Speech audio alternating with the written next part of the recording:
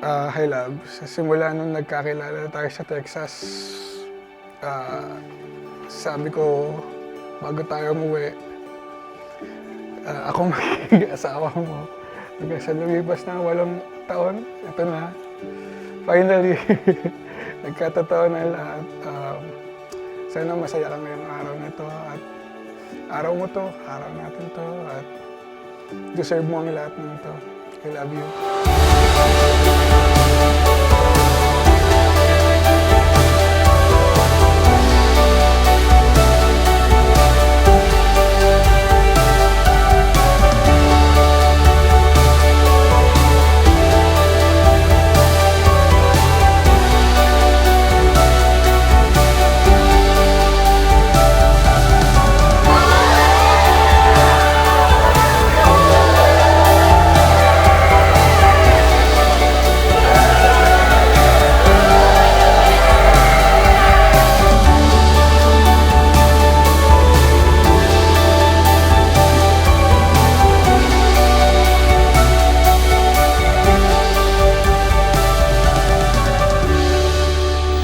Ito na, asawa na kita.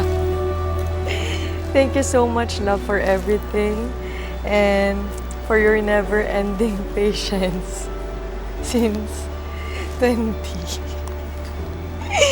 I know we've been waiting for this for how many years. So ikaw lang ang bukod tanging nagtiyaga sa akin. At salamat kasi kahit kailan hindi mo ako pinagpalit sa iba.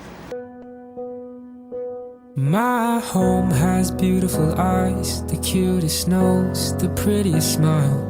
My home, like starry nights, is short and high and sometimes bites. Nagustuhan ko po kay Mark kasi sobra po niyang tiyaga. Kahit na syempre, pag babae, madami mood swings. So, ayun po, iniintindi naman po niya. Tsaka yun nga po, pag nagmahal din talaga siya, totoo, and then sa kanya ko lang po talaga kasi naramdaman yung totoong love. You're my home, I won't let you. My home, my home, my home. You're my home, my home, my home. You're my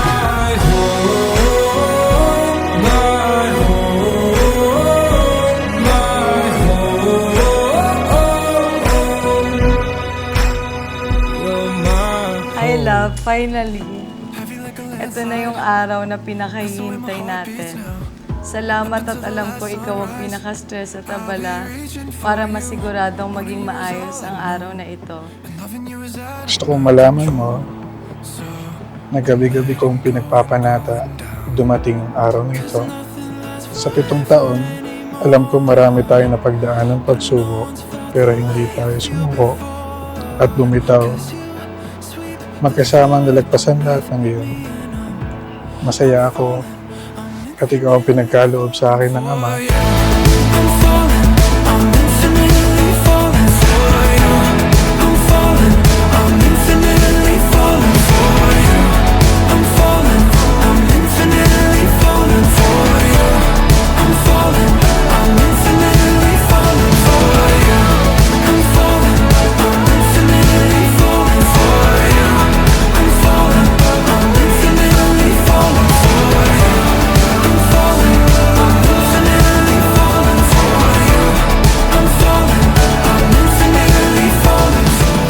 Hindi ko man mapapangako na maging perpektong asawa, pero pinapangako ko naman sa iyo na maging isang mabuting asawa. Deserve mo sumaya sa araw na to. Palagi mo tandaan na mahal kita.